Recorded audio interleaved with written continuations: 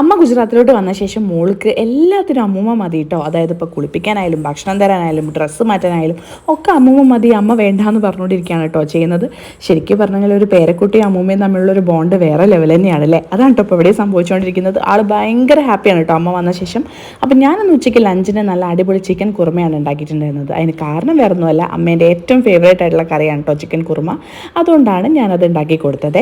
പിന്നെയെന്ന് പറഞ്ഞു കഴിഞ്ഞാൽ അമ്മയോട് എന്തൊക്കെ പണി ചെയ്യേണ്ടെന്ന് പറഞ്ഞാലും അമ്മയ്ക്ക് എന്തെങ്കിലുമൊക്കെ ഇങ്ങനെ ചെയ്തുകൊണ്ടിരിക്കണം കേട്ടോ. അമ്മയോട് ഞാൻ എപ്പോഴും പറയാം അമ്മ കുറച്ച് റെസ്റ്റ് എടുത്തോളൂ എന്നൊക്കെ പറഞ്ഞു കഴിഞ്ഞാൽ അമ്മയ്ക്ക് ഇങ്ങനെ വെറുതെ ഇരിക്കാനേ പറ്റില്ല കേട്ടോ.